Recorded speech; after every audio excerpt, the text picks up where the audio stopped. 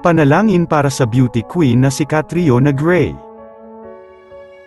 Hindi nga maiwasang mag-alala ng maraming tagahanga ni Catriona Gray dahil sa kanyang health condition ngayon.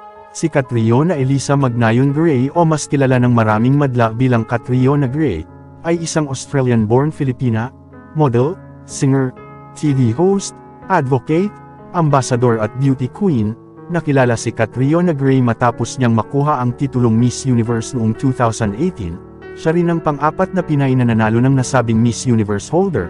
Bukod dito, isa rin si Catriona Gray sa mga hinahangaang Miss Universe sa kasaysayan ng Miss Universe competition, hindi lang ng mga Pinoy, dahil na rin sa kanyang taglay na angking ganda, talino, at karisma sa beauty pageant, ngunit ang hindi alam ng maraming madla, ay may iniinda palang kondisyon sa kanyang katawan si Catriona Gray.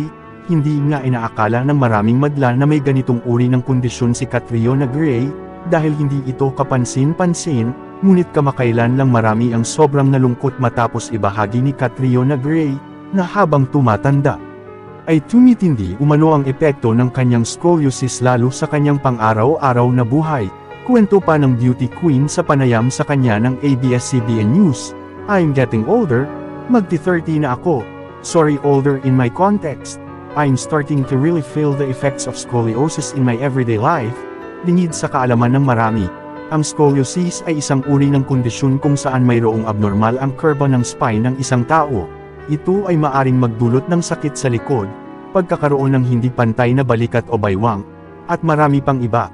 Sa mga malalang kaso ng scoliosis, ang rib cage ay maaaring matulak sa puso at baga, na nagdudulot ng mga problema sa paghinga at nagpapahirap sa puso na mag-pump ng dugo sa buong katawan. Ito rin umano ay maaaring magdagdag delikado sa mga impeksyon sa baga, tulad ng pneumonia, at magdulot ng mga problema tulad ng heart failure.